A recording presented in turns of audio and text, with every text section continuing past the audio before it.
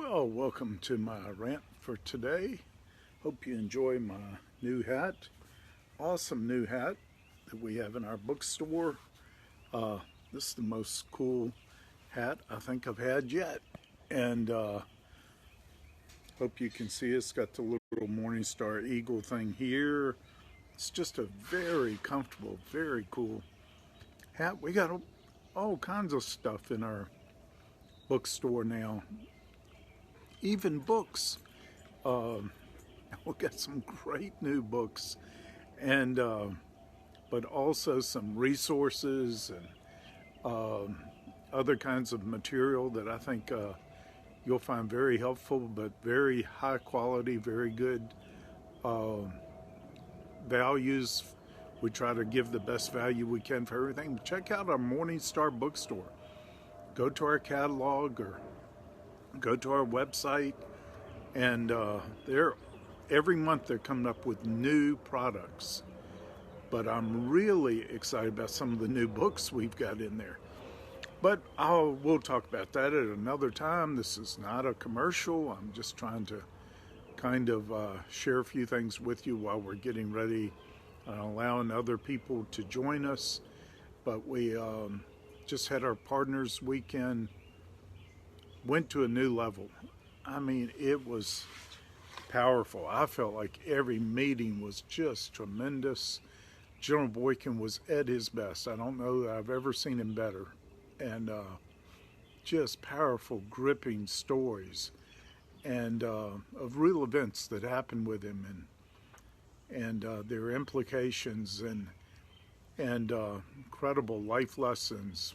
Bobby Connor was as good as ever. And he stayed over and shared with me. We kind of co-did the tag teamed the Sunday morning meeting yesterday. He had a great time. Bobby has got so much stuff. It was so powerful.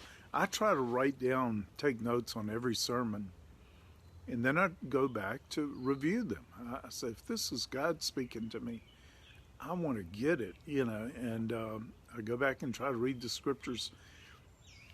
Listening to Bobby is like trying to drink out of a fire hydrant. I mean, he is just downloading so fast. I never thought I'd ever see a Texan that could talk as fast as Bobby.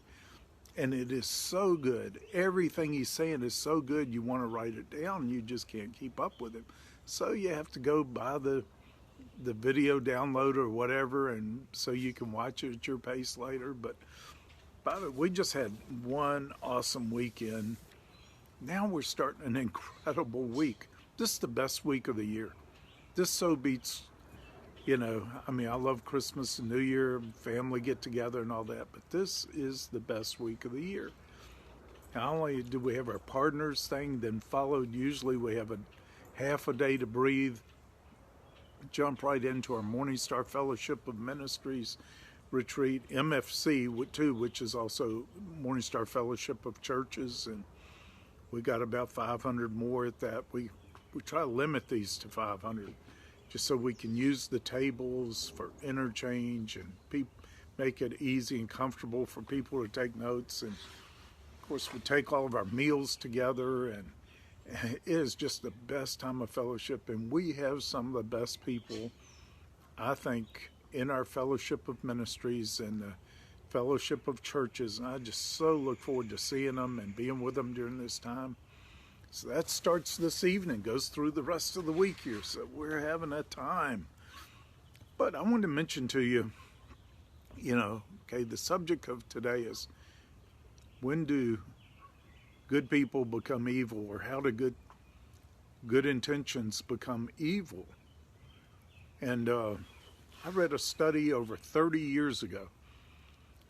And matter of fact, it's getting to be 40 years since I've read this study. I was a very young man, but someone had done an in-depth study on some of the government agencies and found out that only $1 in 10 that was being given to those agencies were actually making it to the purpose of the agency. I think one of them was Health and Human Services, whatever. 90% of the budget was being consumed in the bureaucracy. How does that happen? You know, we have more government agencies now than our government knows about.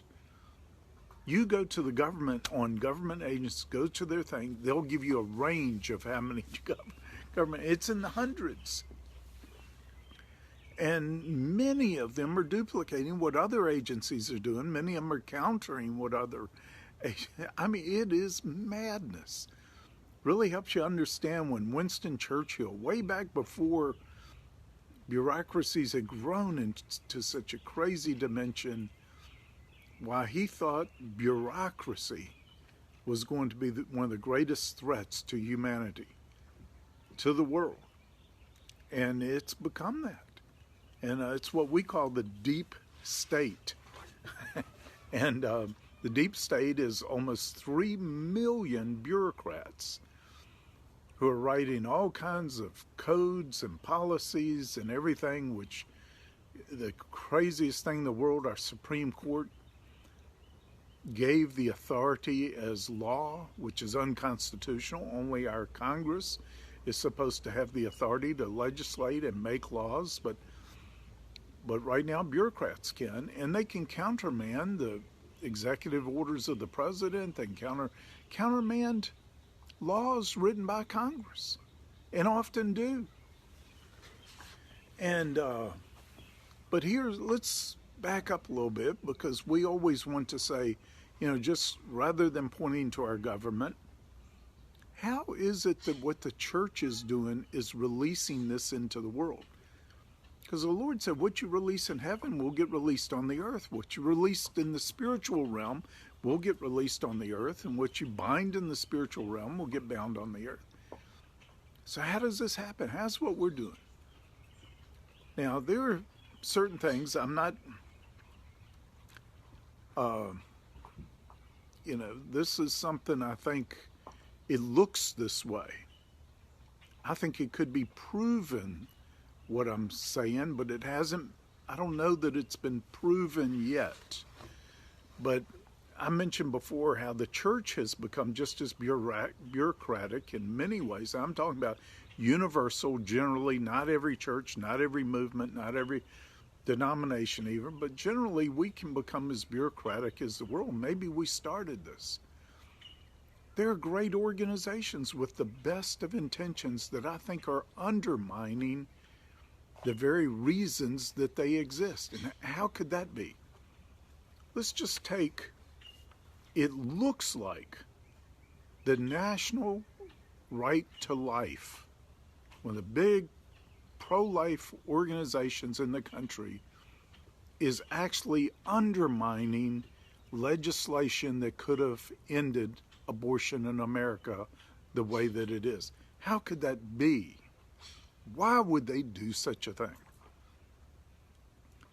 And why would some of our leaders, like John Kasich, the governor of Ohio, who claimed to be pro-life, why would he veto pro-life legislation? He did it at the behest of some of these major pro-life organizations. Why would they want legislation vetoed that would end abortion in America, start the unraveling, the ending of this terrible slaughter that's going on in our country? Why would they do that if they're pro-life? Are they really pro-life? Or now they more pro their existence than they are what they claim to be existing for? What's going to happen to these big pro-life organizations if the job gets done? They go away. There's no reason for them to exist. So have they esteemed their reason for existing and their existence above what they claim to exist for, ending abortion? It's why the Democrats, for 50 years now, they've been, claiming to be the party of the little man, the poor, and all this. But their policies are counterproductive. What they say they're trying to implement, their policies actually are doing more to keep people in poverty by far than anything the Republicans are doing. Why is that? Because if they lose the poor, they lose their base.